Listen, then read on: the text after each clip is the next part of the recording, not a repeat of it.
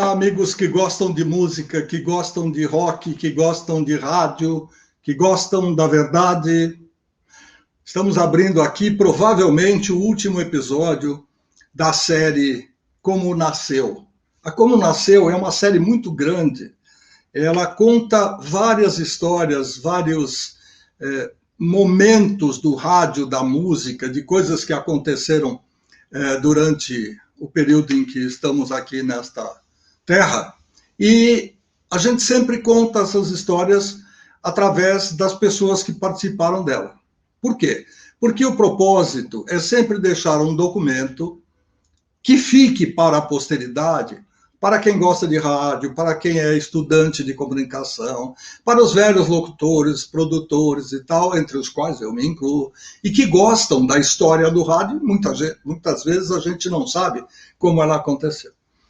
Agora, especificamente, nós estamos apresentando uma história que não é de uma emissora de rádio que está indo para os 36 anos de vida. É como ela nasceu, de que maneira ela foi criada. Ela foi estudada, planejada, pesquisada, contratou-se um instituto especializado em pesquisa para saber se o povo precisava, se alguém estava carente de uma rádio desse tipo. Não.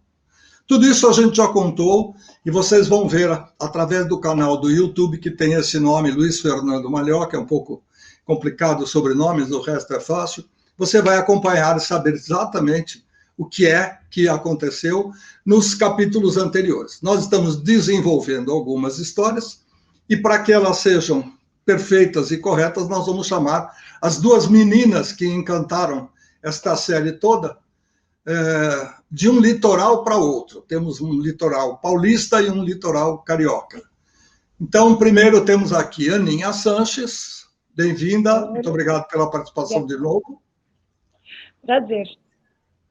Do litoral do Rio de Janeiro, nós temos Selma Boiron, que ela prefere ser chamada de Selma Boiron. Bem-vinda. Desmute. Muito obrigada, boa tarde para todos. Obrigada mais uma vez pelo convite para estar aqui. Vocês vão sempre se lembrar desta voz gostosa, porque ela fazia locução, a Aninha fazia programação. E lá nos Algarves, não. No Estoril, no Porto, não sei, ele está em Portugal e vai dar o ar da graça e essa voz sempre forte, pesada, grave. Guilherme Maciel, bem-vindo. Bom, muito obrigado mais uma vez pelo convite, é um prazer estar aqui com vocês e também estamos no litoral aqui onde eu vivo em Passo d'Arcos, que é arredores de Lisboa. A gente está exatamente no ponto onde o Atlântico encontra o Rio Tejo. Olha que legal, você não sabia.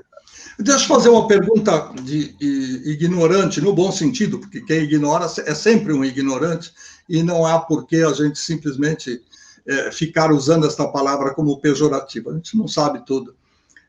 Quando a gente fala uma aldeia, eu estou aqui na aldeia, significa arredores de, ou alguma coisa mais para o interior, ou é um bairro, é alguma coisa próxima do grande centro, mas que não é conhecido como centro. No geral, a aldeia é um bairro também. É que você pode ter, por exemplo, o bairro aqui em Portugal se chama de freguesia, né? Mas, por exemplo, Lisboa não tem uma aldeia, né? São freguesias mesmo, porque Lisboa é uma cidade muito desenvolvida, mas Passo d'Arcos é uma aldeia, por exemplo. Apesar de estar quase do lado de Lisboa, Passo d'Arcos é uma aldeia. É uma vila, é um lugar menor, mas não é necessariamente rural, nem necessariamente afastado, né? Muito bom. Com esta aula de geografia litorânea, estamos aqui para continuar e encerrar. A gente nunca encerra nada no sentido assim violento da palavra. Fechou, não tem mais. É sempre possível a gente descobrir alguma coisa e depois adicionar mais um programa sobre aquilo que a gente descobriu. Mas, por enquanto, de bom tamanho, nós, durante 3 outros episódios, contamos como as coisas aconteceram. A gente não vai repetir, não vai fazer cena dos capítulos anteriores, nada disso. Nós vamos ganhar tempo, porque o tempo ruge, como dizem os leões, e urge para outras as pessoas, e aí a gente precisa ir em frente. Hoje eu proponho que a gente fale um pouco de uma moça que era locutora mas era cantora, era compositora, aliás, ela é tudo isso.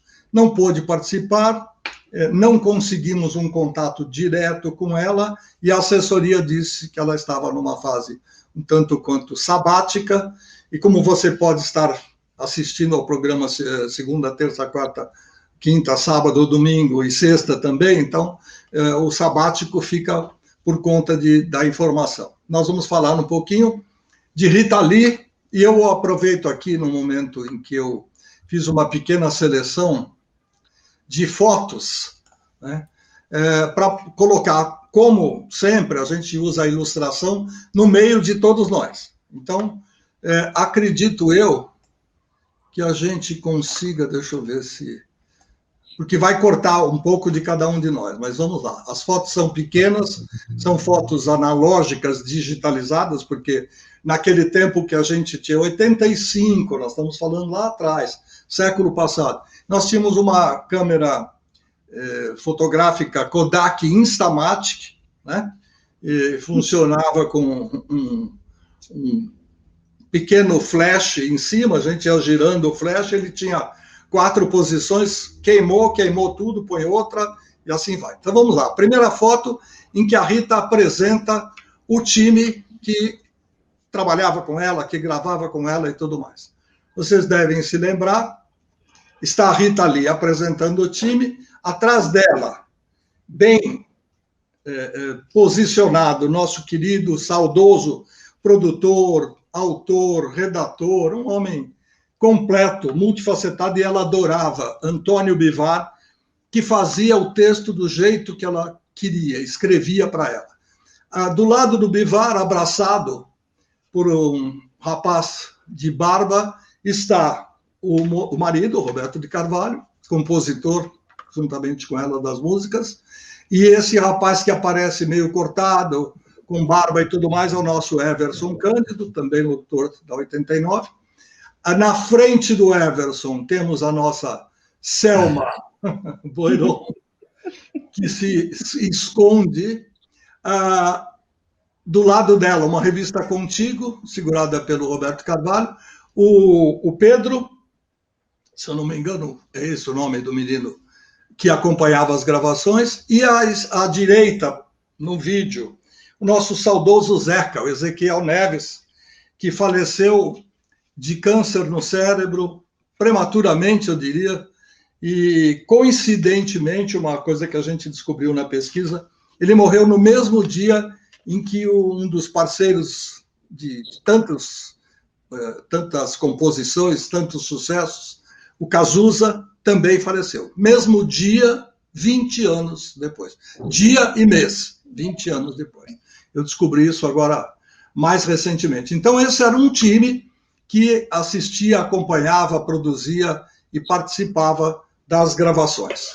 A próxima ilustração tem aqui a Rita, com aquele famoso gravador de rolo ao lado, o arquivo de fitas cassete, um pedaço da mesa de som aqui com 2 botões, né?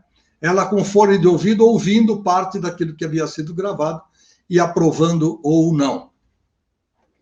Temos também uma sequência em que Rita mostra todo o seu despojamento quando ela está gravando, e ela preferia, independente daquelas exigências que as pessoas fazem, eu quero uma cadeira estofada e tal, ela foi para o chão.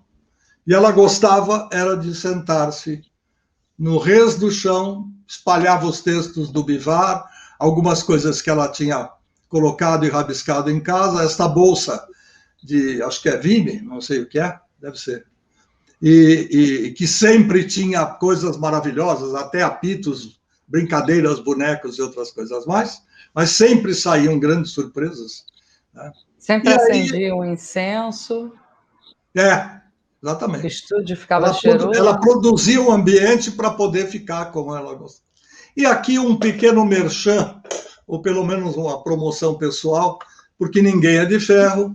Este ser que vos fala, há muitos, 36 anos passados no mínimo, estamos aí recebendo um carinho da nossa querida Rita Lee, o que muito nos orgulhou. Durante muitos anos a gente se deu extremamente bem, não que a gente não se dê hoje. O problema todo é que a gente perde o contato direto com o artista e num ponto você fica prejudicado. Eu tenho certeza que a Rita, ao assistir isso é possível, que ela está na casa dela e pode fazer isso, quando a série chegar até o conhecimento dela, ela vai olhar e vai falar, puxa, por que não me chamaram? Aí a gente explica que ela foi chamada assim, mas por meio de assessoria. E a assessoria dá a resposta que a gente aceita.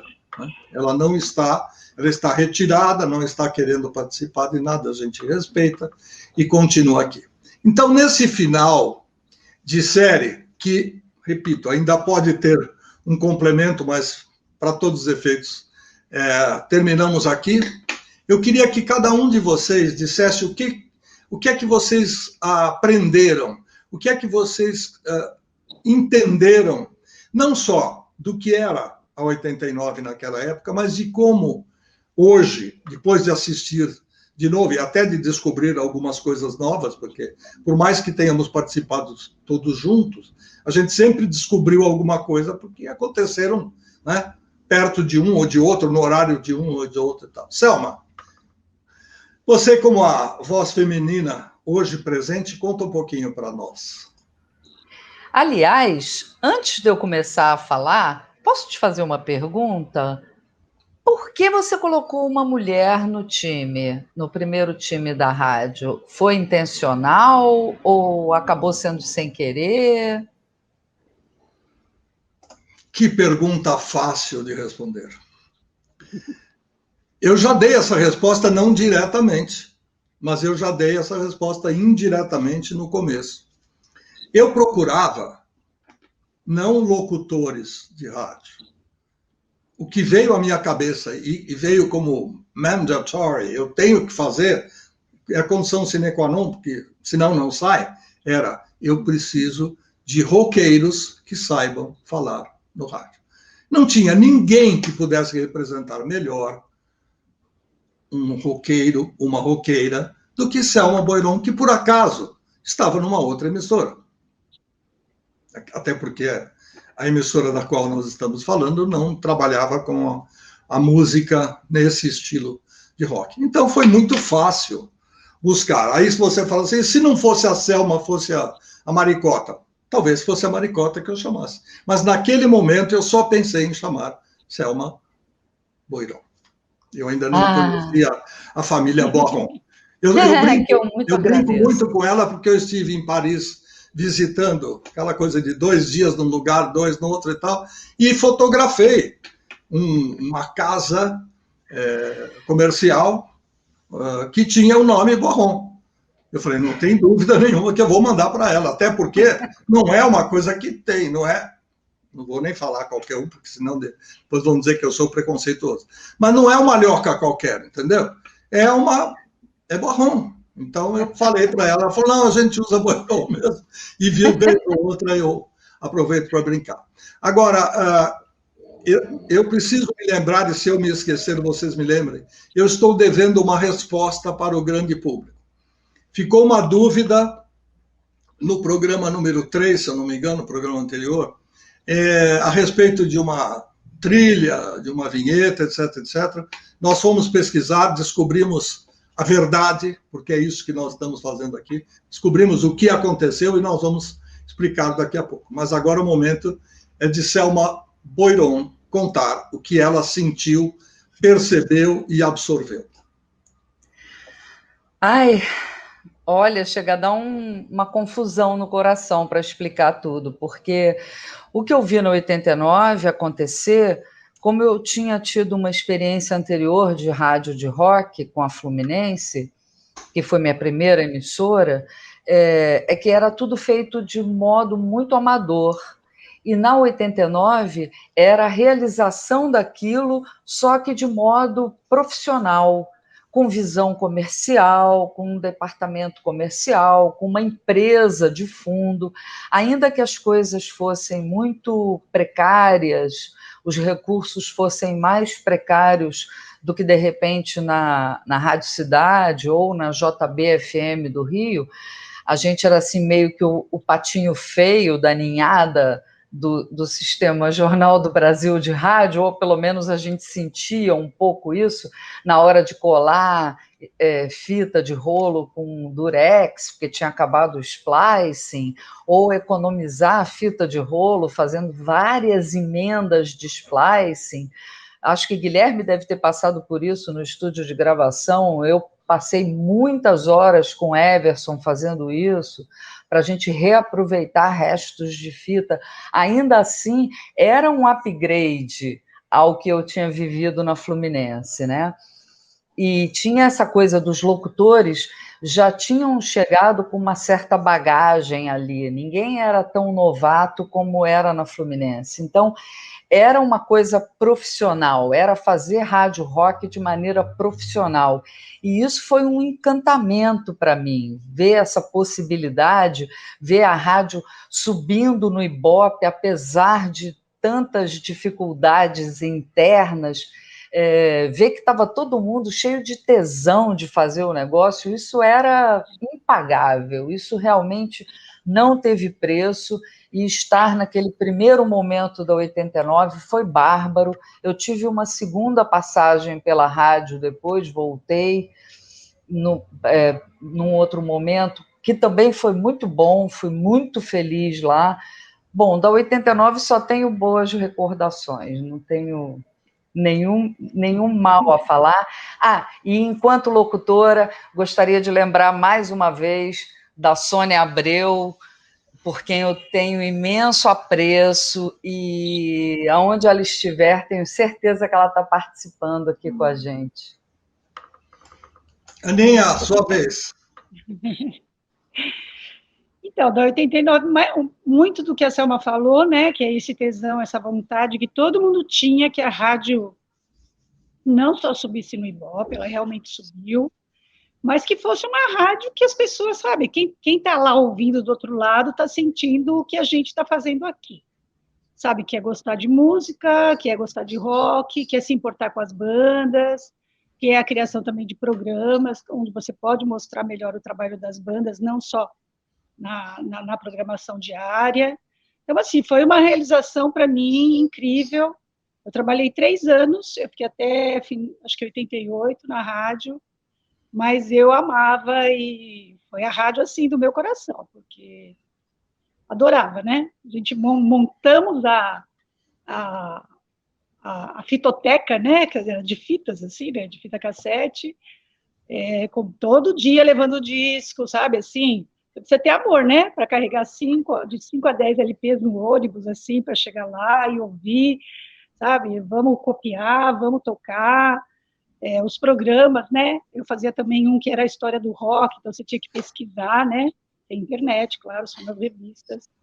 A história daquela banda. Então, tudo assim, foi uma experiência ótima. Eu amei e amava muito a rádio.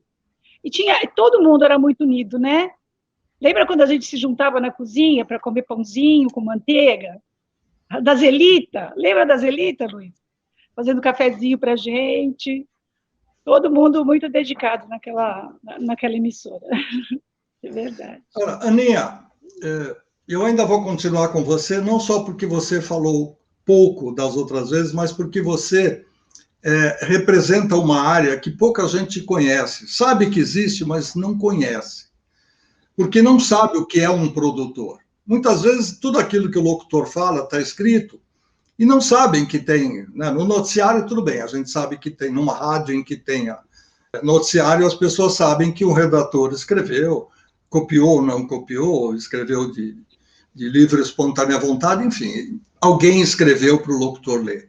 Quando há o improviso, a gente imagina que o locutor está fazendo. Agora, a produção é o coração, é tudo isso. Como era, e é isso que eu quero que você oriente, que você diga para os nossos acompanhantes, esses parceiros que estão vendo, ou já viram, ou vão ver, um dos 3 outros programas que gravamos e estão vendo agora o 4º programa da série. Como era produzir sem conseguir dar um Google, porque você nunca teve um Google à sua mão, porque não existia, sem ter redes sociais, que permite você escrever alguma coisinha no seu celular através de uma das várias redes existentes, aqui ou fora daqui, e você chega do outro lado com uma resposta quase que imediata, né? Existem programas de televisão que, apesar de serem gravados, eles vão para o ar usando um telefone celular, uma rede social, em que quem ajuda participa através do celular, em casa, porque recebeu a pergunta fotografada, enfim. Tudo isso é possível hoje. Mas nós estamos falando de 1985, 86, 87. Como era fazer a produção de uma emissora de rádio de rock sem recursos? As pessoas que trabalham nessa área, né, que são os bastidores, né, você tem que ter conhecimento, né? Você não tem que ter preconceito, tem que ir buscar informação. Fatalmente, você está convivendo com pessoas que também gostam de música, então traz um disco novo. É que é empolgante demais, né? Então, sei lá, o Kid Vinil trazia 3 discos. Você quer ouvir o disco, você quer saber, você vai atrás de uma revista. A gente tinha algumas revistas na época que falavam muito de música. Eu estou lembrando da Bis, tinha uma chamada Ou, que também falava que você lia alguma coisa. Mas, assim, acho que quando o assunto te interessa muito, você acaba se informando.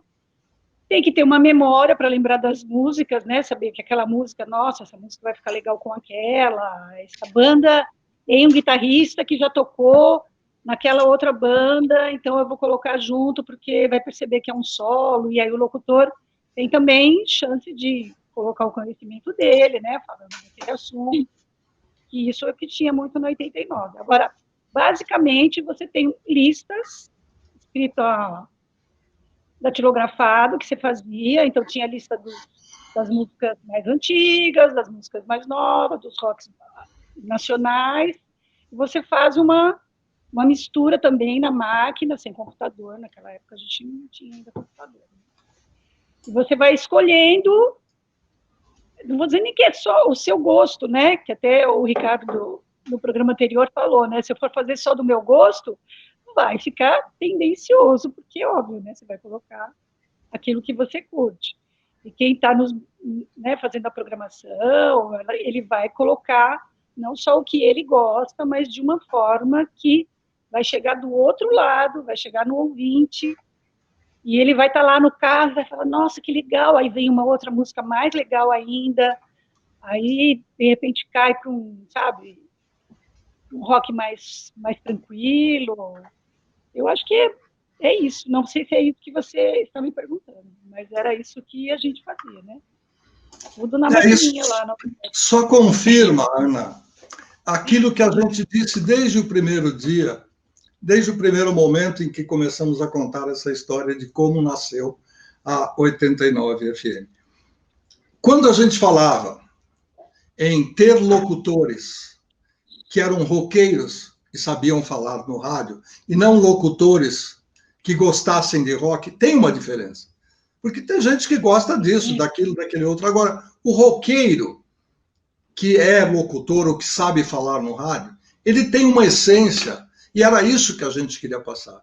A maneira de cada um falar, né, do seu jeito, a seu modo, bem claramente, como se espera de um locutor de rádio, e não de um comentarista que pode, hoje, com essa utilização vasta que várias emissoras fazem de gravações de ouvinte através de redes sociais, então fica fácil, né? Você vê a diferença. Quando aparece um ouvinte de voz bem timbrada e tal, as pessoas até brincam, falam, poxa, esse cara podia ser locutor de rádio, é 1 em 1 milhão.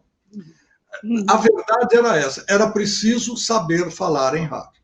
Não podia comer R's, S's e falar nós vai, nós volta, porque não é uma coisa interessante, o rádio não pode se prestar a isso, porém, saber rock, conhecer rock, viver rock, ter rock no sangue, era importante. Então, isso mostra para você que, mesmo com todas as dificuldades existentes, os nossos locutores supriam em algum momento essa falta de material. E eu me lembro que lá nos idos de 1900, não era muito longe disso.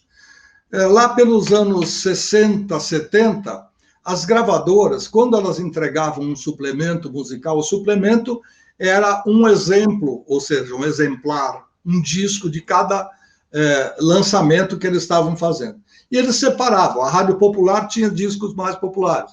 A Rádio Dance Music, ou a Rádio Jovem, tinha discos mais jovens. Eventualmente,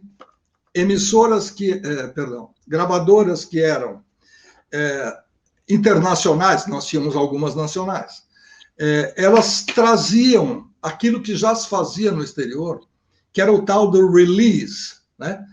Press release, era um material de imprensa que divulgava, ajudava a divulgar muito esse tipo de lançamento. As revistas especializadas ou não, os jornais, eles mostravam, até porque o dito cujo do redator, ele ganhava disco de presente. Então, nada mais justo do que ele tirasse uma foto da capa do disco, colocasse lá e dissesse, lançamentos da semana, da gravadora A, B ou C, etc.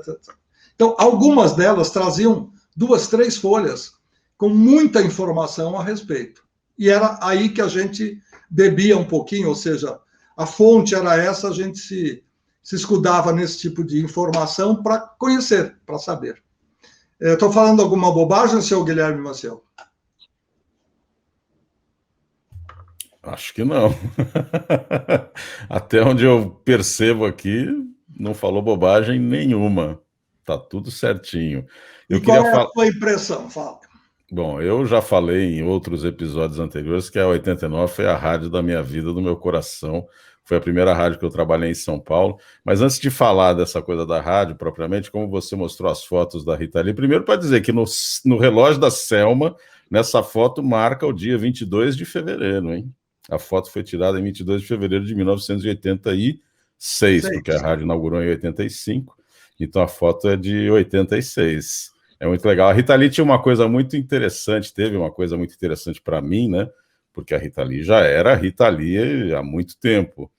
E ela chegava nos corredores, numa das poucas vezes que eu estava lá também, e eu não lembro quem que apresentou, eu falei assim, esse é o Guilherme. Ela falava assim, Guilherme Maciel, você faz tal horário, não sei o que. Ela realmente era ouvinte da rádio, e ela era uma simpatia, porque ela tratava todo mundo de igual para igual, né? Não tinha absolutamente nenhum tipo de muralha, de impedimento. Qualquer um que chegasse lá que estava lá na gravação ou girando pela rádio, ela atendia. Eu tenho foto com ela também, era muito legal. A Rita Lee fazia ficava à vontade, ficou à vontade e nos deixava muito à vontade também. Foi um momento muito legal. Voltando a falar da rádio, eu acho que teve uma coisa para mim que foi muito interessante, porque para mim eu era muito novo em rádio, eu era provavelmente o membro mais novo em rádio, né, o locutor mais inexperiente, e era uma rádio muito inovadora, né? Era uma rádio muito diferente do que era normal numa rádio. Então você tinha, por exemplo, o Kid Vinil, que tinha um horário como se fosse locutor, né? Ele não era locutor, o Kid Vinil era o Kid Vinil, mas ele trabalhava lá todos os dias, das 10 da noite às 2 da madrugada, e também tratava todo mundo de igual para igual, era uma enciclopédia do rock, né? Um cara que dividia todas as informações dele sem o menor problema, sem a menor dificuldade. A Selma citou a Sônia Abreu, que também era uma figura muito esotérica, né? Toda cheia de... também. Essa também, quando chegava para trabalhar, eu troquei com ela várias vezes. Ela também botava um incenso no estúdio e tal. E ela tinha uma coisa curiosa, porque ela era completamente insegura. Ela fazia Ondas Tropicais lá na Praça do Pôr do Sol, para quem não sabe ou para quem se lembra mais ou menos. Ela já era um sucesso de tocar música, de tocar rock, de ter uma presença com o público e tudo mais, mas na rádio ela era apavorada, ela tinha medo de errar, ela tinha medo de falar bobagem. Eu nunca vou esquecer que todas as vezes que a gente se encontrava para trocar de horário, eu separava a programação para ela, que era uma coisa normal, que todo mundo fazia, né? Você sempre separava a primeira hora para o locutor que vinha depois, e ela levava ela anotava as coisas que ela queria falar nos papeizinhos assim, põe embaixo do microfone para ela não se perder. Ela não queria de jeito nenhum errar, ela não podia errar. E ela era uma simpatia, foi uma grande companheira também, uma pessoa que deixou muita saudade. Era uma grande figura. E a rádio em si, para mim, foi isso. Uma rádio com estrutura. Eu vinha de uma rádio lá de São Sebastião, do litoral norte de São Paulo, que era uma rádio que funcionava direitinho, mas que não tinha nada de estrutura.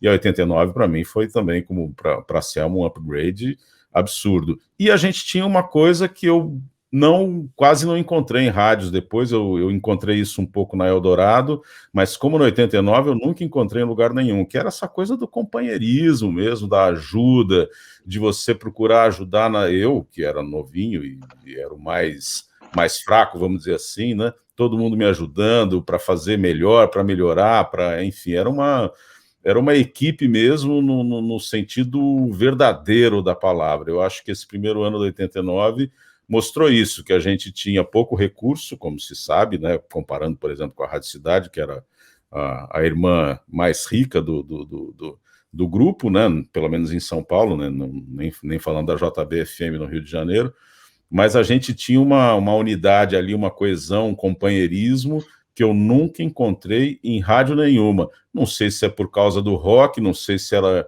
pelo ineditismo da rádio em si, ou se juntou um pouco de tudo, mas realmente foi muito agradável, foi muito importante ter trabalhado nessa rádio.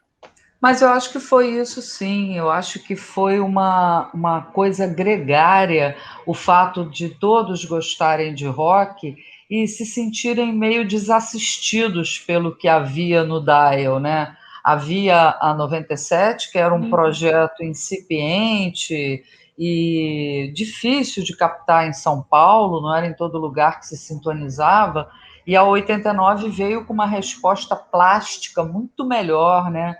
A programação era pensada de modo a ter um equilíbrio entre o clássico, o lançamento, o rock nacional. Teve também uma boa fase de produção. É aquilo, né?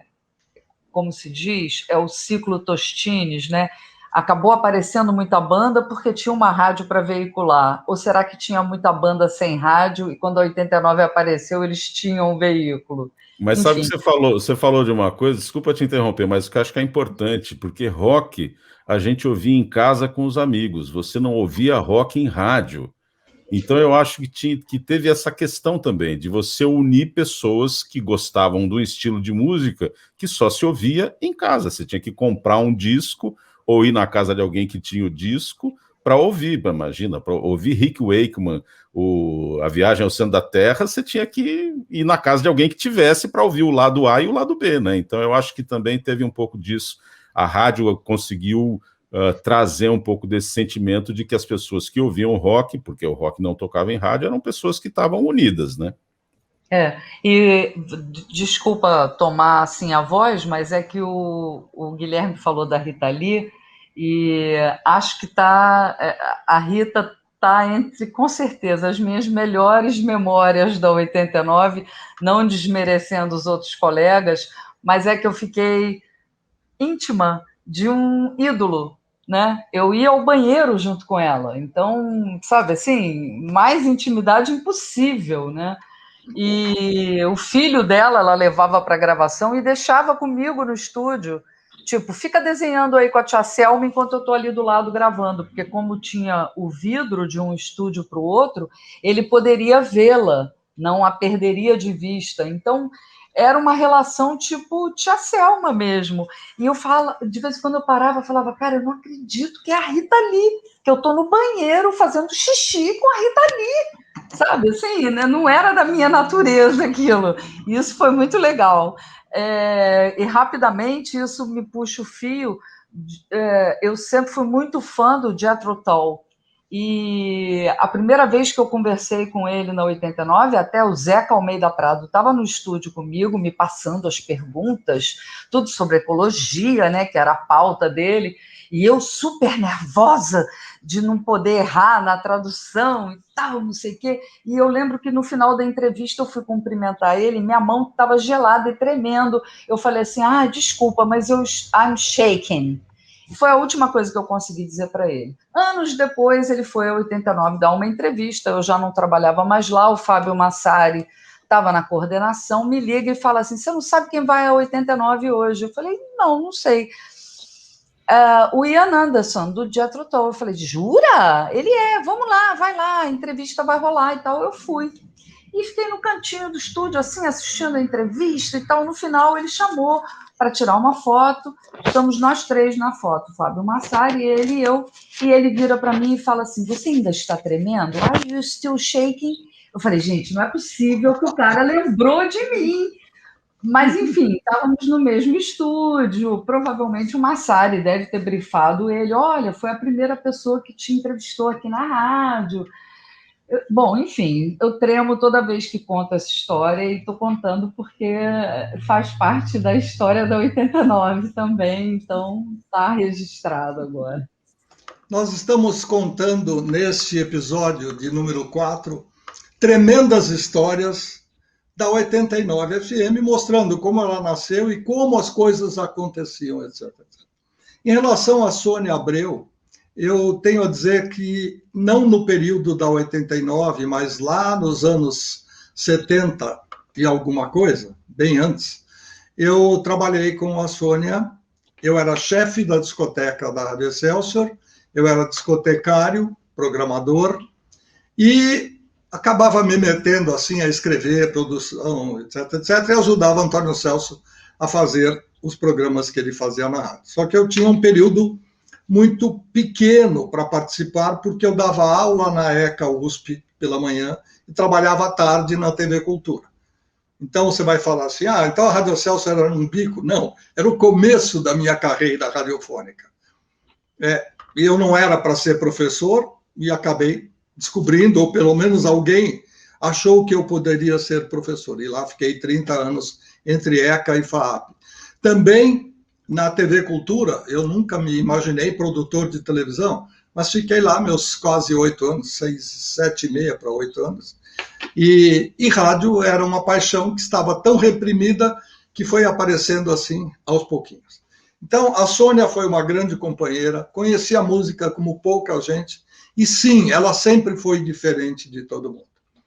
Ela era mística, ela era introvertida, mas quando ela pegava alguma coisa para fazer, ela fazia bem feito. As programações da Rádio Excelsior, notadamente no horário nobre, que eram feitas por ela, eram sensacionais. O casamento das músicas, a costura do fim de uma música com outra, às vezes sim, com uma vinheta preparada, produzida para isso, e outras vezes simplesmente casando, né, na mixagem. A mixagem, como vocês viram, aqueles botões da mesa de som, era feita no manual. Não era essa coisa de digital hoje que tira um pouco do brilho e do gosto de fazer a mixagem. Minha opinião.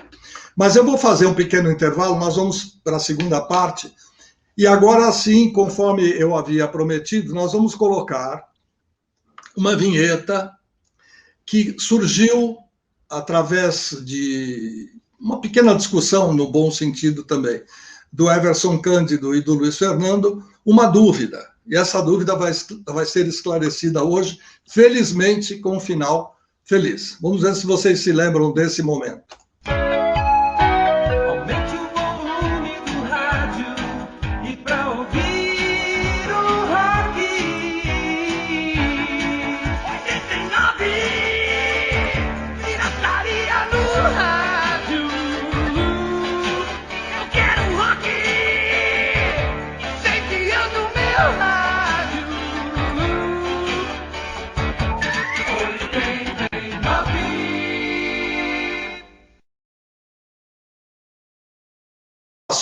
Quem me passou essa vinheta gravada em áudio e depois fez o favor de montar a parte visual, que foi com 2 logotipos, um negativo, um positivo, isso por ser branco e preto e branco, foi o João Paulo de Almeida, grande músico.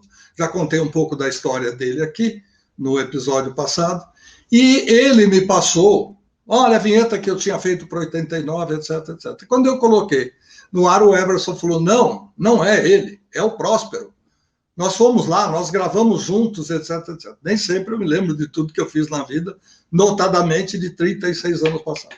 Chequei com o João Paulo a resposta que ele escreveu, eu só transcrevi, está aí. Eu, João Paulo de Almeida, falando, criei a vinheta, toquei teclados e cantamos. A primeira parte eu, João Paulo de Almeida, e o Próspero Albanese, a segunda parte. O técnico de gravação era o Chimbal, e, quer dizer, devia ter um nome, mas Chimbal era o apelido por causa do prato que ele usava na bateria, ou que se usa na bateria. A gravação foi feita no Estúdio São Paulo. Então está esclarecido para quem discutiu, quem assistiu, quem falou, não, é o Próspero mesmo, a voz é dele, mas a primeira voz não é. E eu reconheço a voz do João Paulo, por isso que eu disse ao Everson, eu tenho uma dúvida, eu vou descobrir exatamente o que aconteceu, e o Everson garante que ele e eu estivemos presentes nessa gravação. Meu espírito provavelmente estava lá, mas o meu corpo não se lembra exatamente daquilo que aconteceu. É o contrário. Seu corpo foi, mas o espírito não registrou. Eu não sei dizer, porque... Bom, deixa eu falar. Agora, já na segunda meia hora do programa, nós vamos ter um pouco de tempo para falar o que vocês acham, e aí eu vou querer bem a participação de cada um dos que estão aqui hoje na tela comigo. Eu me sinto extremamente honrado, embora eu tenha algumas mágoas, já falei isso pelo meio do caminho, eu não tenho registro, eu não tenho nome ligado, vamos dizer, à empresa, Rede Autonomista de Radiodifusão, que era a matriz do grupo, né, do grupo que hoje se chama Grupo Camargo de Comunicação. Essa emissora era uma emissora de Osasco, ainda é, mas depois ela passou para São Paulo, e aí houve aquele acordo, tudo isso está no primeiro capítulo, entre o Jornal do Brasil, foi um acordo comercial, do mesmo jeito que o Jornal do Brasil fez um acordo com a empresa Sompur Radiodifusão São Paulo S.A. Por isso é que, às vezes, a gente fala, poxa, mas coisa chata, na hora cheia, tem um locutor que fala lá, ZYD 854, Rádio Estéreo Cidade, e fala Sompur Radiodifusão, tem que falar? Tem. A lei, que hoje não é respeitada, ela ainda obriga, na hora cheia, a identificar a emissora com o seu nome real. Porque você coloca alguns símbolos, signos, números, slogans, etc., e de repente você não sabe que empresa é aquela que está gerando aquele som. E isso, pela legislação do Ministério das Comunicações, é obrigatório. Então, chama-se identificativo de frequência. Toda hora cheia. No começo, tinha um sentido maior, porque os aeronautas, notadamente os pilotos, eles às vezes não tinham como identificar onde eles estavam. E quando na hora cheia eles colocavam o rádio numa frequência X que passava ali, por onde eles passavam, eles captavam uma emissora de rádio. Aí nessa frequência eles ficavam sabendo, olha, eu estou em Tatuí, ou eu estou em Lisboa, ou eu estou em Londres, enfim. Era mais fácil, só que essa lei é nacional, eu só quis homenagear um pouquinho mais o Guilherme e o lado europeu da coisa, mas, na verdade, a lei é nacional, e conforme ele vai do Oiapoque ao Chuí, fica mais fácil a explicação, ele vai ouvindo emissoras e sabe onde ele está, né? Mais fácil para identificar. Hoje não, com radares, com GPS, com 1001 facilidades tecnológicas, a coisa é mais tranquila. Mas, então, eu costumo dizer assim, durante muito tempo, pouquíssima gente sabia, até eu resolver me insurgir, e foi realmente um momento de bronca interna, lendo coisas na internet, isso bem mais para cá, e vendo que a Rádio Jornal do Brasil teria criado uma emissora para derrubar uma outra concorrente, etc. Falei, não, uma hora eu vou ter que fazer uma coisa séria.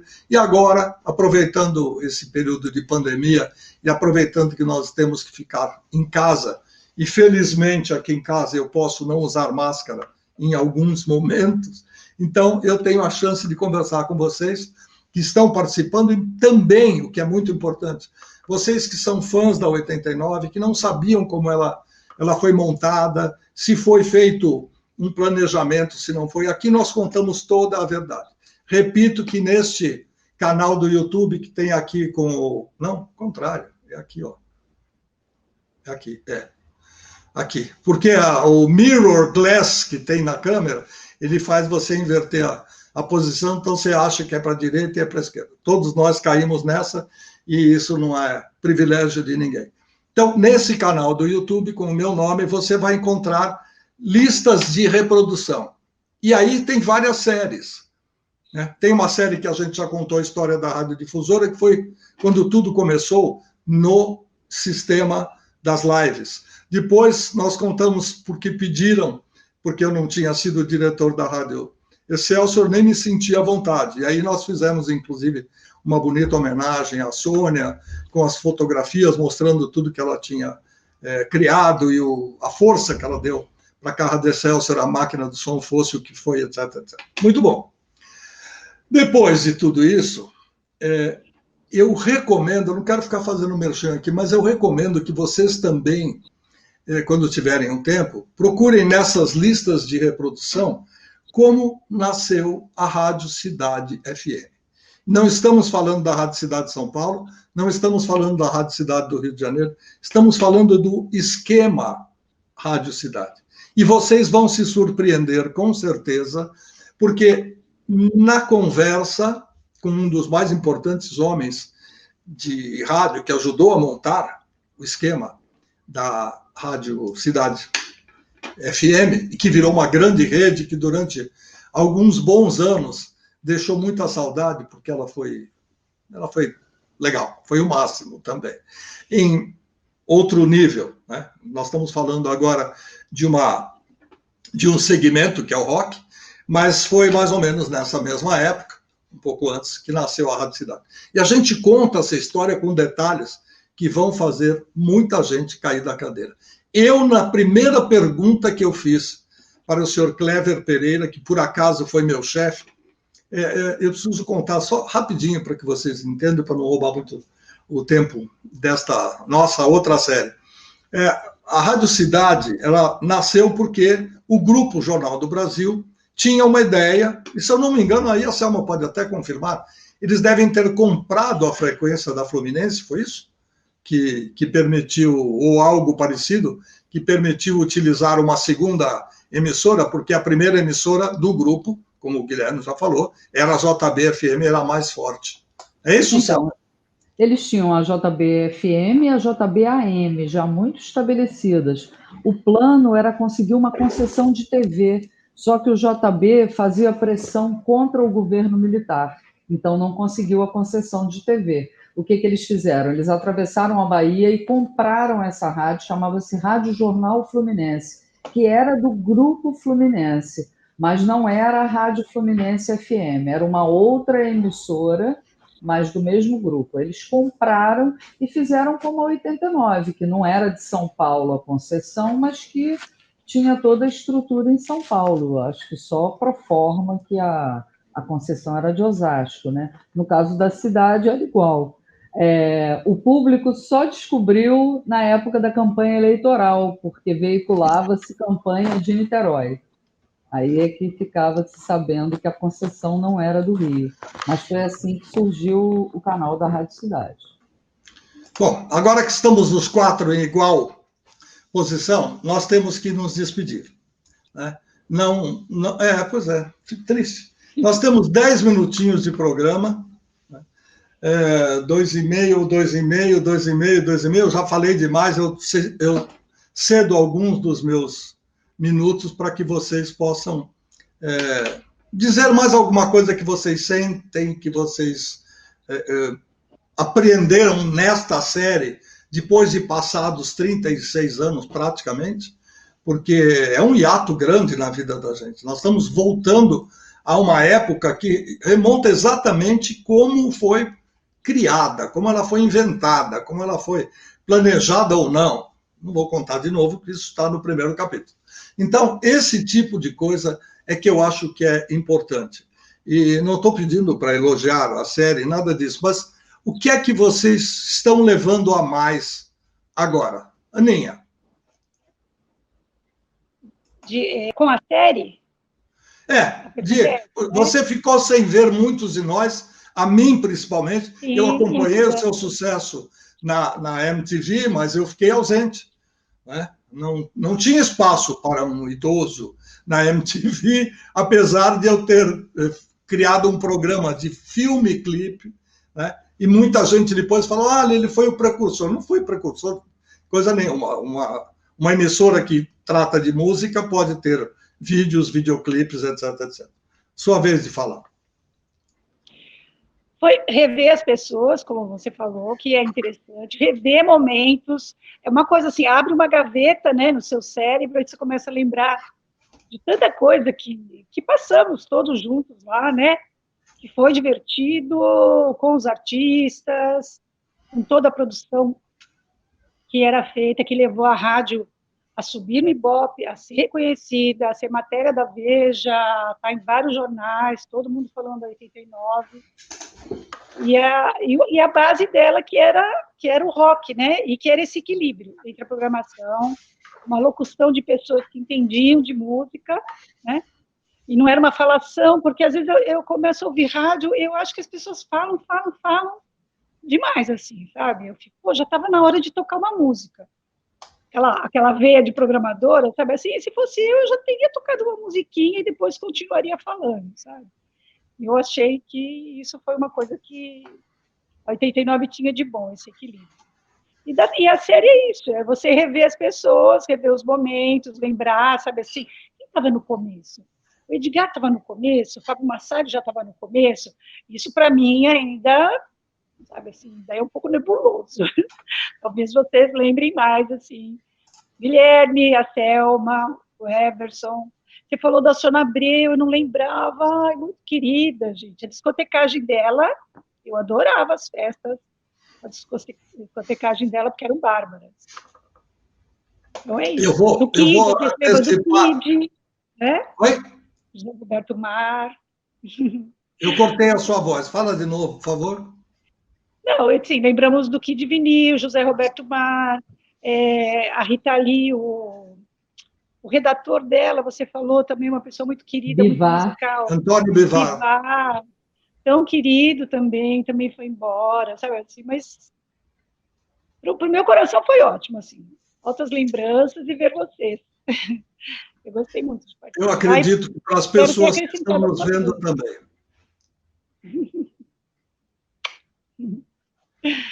Maciel. Eu vou ficar outras vezes, né? Eu vou ficar me repetindo, né? Foi um máximo trabalhar no 89. Olha, eu senti falta de ter encontrado mais gente, mas isso não depende de você que está chamando as pessoas ou não podem ou não querem. É uma pena que não tenhamos não tivemos a companhia do Marcelo Moraes, que foi uma pessoa super importante para a rádio, o Luiz Augusto também, que era locutor e depois programador. Eu passei a assumir o horário dele quando ele ficou só na programação, e que era uma pessoa muito importante, foi uma pessoa muito importante para 89, e em mais de um momento também, né, porque ele foi coordenador da 89 muito tempo depois, né, já numa outra fase, numa outra... Então eu senti falta de rever alguns companheiros aqui, mas foi sensacional. Eu acho que a gente devia montar o 89 de novo. Eu voto a favor. 89 é a base. Isso. Sua vez, madame Selma Boaron. Como diz a Aninha, estou com o coração pleno, porque, nossa, revi e conversei ao vivo com essas pessoas tão queridas. Eu trabalhei com a Aninha também na Transamérica, ela gravidíssima, E, nossa, depois na 89, e tem muitas outras pessoas que a gente não mencionou aqui, mas que, assim, por causa das redes sociais, mantêm um certo contato, como a Glória, que era do jornalismo, a Ione Sassa, que também era da produção, enfim, o Edgar Piccoli, o Zé Luiz, algumas pessoas mais fáceis de acessar, outras não, também perdi o contato do Luiz Augusto, mas, de qualquer modo, muito bom reaquecer o coração. Obrigada, Luiz, por ter proporcionado esse reencontro da gente com as nossas 89 memórias. É sempre muito bom olhar para trás, agora com o retrovisor da maturidade, e ter orgulho do que a gente fez na juventude. Muito obrigada a todos. Olha, eu tenho a dizer da minha parte, se vocês quiserem acrescentar, mas eu diria o seguinte: eu não me arrependo. Muitas coisas que eu fiz, eu repensei e falei, puxa, por que eu fui para lá? É uma emissora que não vem ao caso dizer o nome dela, eu troquei por dinheiro. Eu ganhava X, fui ganhar 3X e fui. Fiz um trabalho que eu acho que foi interessante, dei chance para coordenadores locais, eu era gerente nacional da rede, dei chance para os locais mostrarem quem eram, o que eles tinham capacidade de fazer para a sua região, porque você dirigiu uma rádio em Curitiba e outra em Salvador, não tem nada parecido. Nada, nada, nada. Costumes, maneira de falar, estilo musical, completamente diferente. Então não adianta você pensar numa rede que toque a mesma coisa e impingir isso, etc, etc. Mas eu me dei mal, porque me prometeram alguma coisa que não foi cumprida, eu cobrei, e um dia eu fui além do que um diretor poderia ter ido e fui falar com o dono da rádio. Devido à distância, eu fiz isso por escrito e isso causou a minha demissão. Não por conta do dono do grupo, que me tratou extremamente bem, desde o primeiro almoço até na hora de ir embora, mas porque o meu chefe achou que eu tinha passado por cima dele e eu tinha conversado com ele, dizendo, olha, você me prometeu uma coisa, não está cumprida. Ah, mas são ordens do dono e tal. Falei, ok, então vamos falar com o dono. Não tem barreira, afinal de contas, eu seria um verme se eu não tivesse coragem de falar com o dono para perguntar para ele por que ele quer que seja diferente e tal. Não vem ao caso citar detalhes, mas, por acaso, tem muito a ver com 89, porque eu fui defender um personagem da rádio, que já foi citado aqui hoje, porque ele foi demitido. E foi demitido porque havia trabalhado no grupo, no outro, não nesse, e tinha sido chamado para 89. Então, por causa disso, eu me insurgi, briguei, batalhei, ele conseguiu ser readmitido, acho que por um período, e eu fui demitido por causa da minha ousadia. Não me arrependo disso. Me arrependo, sim, a única vez em que eu não troquei por desafio, troquei por dinheiro, eu me dei mal. O que comprova para mim que não adianta. Se você não tem aquilo lá dentro pulsando, não funciona. Quanto a 89, eu tenho muito orgulho de tê-la criado. Eu tenho muito orgulho de ter sido rebelde com meu querido e já saudoso chefe do Grupo Jornal do Brasil, o senhor Nelson Batista Neto, que propôs, e aí talvez eu tenha um pecado, eu tenha cometido esse pecado. Por conta desta criação da 89 FM, eu impedi a vinda da Rádio Jornal do Brasil, FM, para São Paulo. E eu não sei como seria, e ninguém sabe porque ela não veio e não virá. Acreditamos. Então, por causa disso, a gente acabou criando a 89, aí fomos aglutinando pessoas, agregando, como a palavra da moda, pega um aqui, junta um ali, vai buscar outro na outra emissora, e surgiu esse time maravilhoso, do qual eu me orgulho muito de ter montado, trabalhado com, e vocês estão aqui, hoje só 3, porque as situações são aquelas que já foram citadas, às vezes as pessoas não podem, não têm condição de participar, etc, etc. Porém, foi muito gratificante. Se alguém tiver alguma dúvida, você que está assistindo depois do primeiro, segundo, terceiro 4º episódio. Tem dúvida? Escreve que nós vamos responder através do canal do YouTube. A vocês que participaram plenamente do primeiro ao último episódio e que estão aqui ainda hoje, o meu muito obrigado por terem sido fiéis, por terem sido competentes, por não terem, em momento algum, me feito pensar, puxa, errei na escolha de A, B ou C. Vocês fizeram a rádio, aliás, até melhor do que aquela que eu sonhei, porque eu fiz a estrutura, a trama principal, e o resto vocês é que ajudaram a criar. Então, muito obrigado, chegamos ao ponto final desta 4ª série. Se você quer falar, você errou. Claro. Você errou de ter saído do 89. Pronto, falei. Eu não estava na 89. Você precisa entender só isso, Guilherme, e todo mundo. Eu nunca fui funcionário da 89. Pô, então você errou de não ter cavado um emprego. Sim, que entrar na justiça, que brigar, etc. Não é o caso. Não é o caso. Eu vou dizer para você, a última coisa que eu vou falar, até parece uma coisa idiota, mas a verdade é a verdade. Eu não, por vezes, eu pensei isso, eu falei, puxa vida, eu estou fazendo uma rádio, está todo mundo ganhando dinheiro, e eu não sou funcionário dessa rádio, eu não tenho crachá, não tenho, enfim, não tenho salário. E eu pensava o seguinte, eu estou usando o tempo que eu deveria me dedicar a Sompur, Rádio Difusão São Paulo S.A., ou seja, a Rádio Cidade, para fazer uma parte do dia para 89. Então, eu não tenho o que reclamar. Eu ganho para fazer uma coisa e estou sacrificando um pouco um lado, mas o outro está bem feito. Até porque a Rádio Cidade já faturava alguns tubos, né? E então não tinha muito o que discutir-se. Porém, foi exatamente por essa tristeza de não ter sido visto, não ter sido entendido, ninguém chegou para mim e falou, olha, vamos dar um plus para ele, vamos dar um 0,5, não 5, 0,05 daquilo. Uma mariola. Com uma rádio nova, vamos dar um plus para ele, tal. Nunca ninguém se preocupou com isso. Então, na hora que veio a proposta da outra emissora para ganhar 3 vezes mais, eu não tinha por que pensar 2 vezes. Mas isso é detalhe, já foi, a carteira profissional já foi para o INSS, eles atestaram tudo que tinham que atestar, e assim foi. Ok?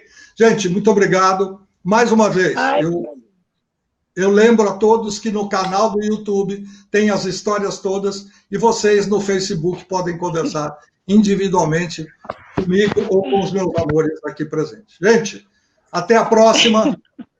E em breve a gente inventa mais alguma coisa. Bye, bye. Tchau, Aninha. Tchau, Guilherme.